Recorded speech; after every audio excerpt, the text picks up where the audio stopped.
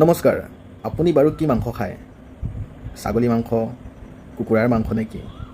ৰ'ব এইখিনিতে এটা কথা, মই কোনো মাংস নাখাওঁ দেই, মই নিৰামিষভোজী। কিন্তু এনেকুৱা লাগিছে যি নিৰ্বাচনৰ বাতাবৰণ অসমত পৰি আছে, এই নিৰ্বাচনৰ বাতাবৰণত বেলেগ ইছ্যু কি আহিব নাহিব আমি ক'ব নোৱাৰোঁ, কিন্তু আপুনি মাংস কি খায় এইটো কিন্তু ডাঙৰ ইছ্যু হ'ব পাৰে, এনেকুৱা লাগি আছে, হয়নে? আৰু 2 নম্বৰ কথা, সাংবিধানিক পদত থকা ব্যক্তি এগৰাকীয়ে তুলুঙীয়া মন্তব্য দিয়াটো উচিত হয়নে নহয়? আপোনালোকে কি ভাবে কমেণ্ট কৰিবচোন। আৰু লগতে জেন জি কাক বোলে, এইবিলাক ডাঙৰ কথা নহয়।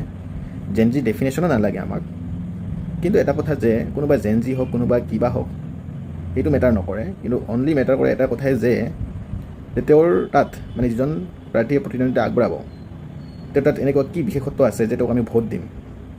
গতিকে গণতন্ত্ৰত নিৰ্বাচন বুলিলে এটা উৎসৱ হয়, ভোট দিব যাওঁ, আনন্দ ফূৰ্তি কৰোঁ। কিন্তু ইয়াতে যেতিয়া ধৰ্মক লৈ, ভাষাক লৈ, আটাইতকৈ লাজৰ বিষয়ে মাংস খোৱাক লৈ, আপোনালোকে নিজে ভাবি চাওক আচলতে আমি কোনটো দিশে গৈ আছোঁ। যিটো সময়ত নাছা আমেৰিকাৰ আৰ্টেমিছ মিছন পঠাইছে মুনলৈকে, চুবুৰীয়া দেশ চীনে কিমান আগবাঢ়ি গৈছে, কিন্তু আমি ভাৰতবৰ্ষৰ তথা অসমে কি ভাবি আছোঁ? কাৰ জাতি কি, কাৰ ধৰ্ম কি, কোনে কি মাংস খায়, অলপ ভাবি চাবচোন ৰাইজ।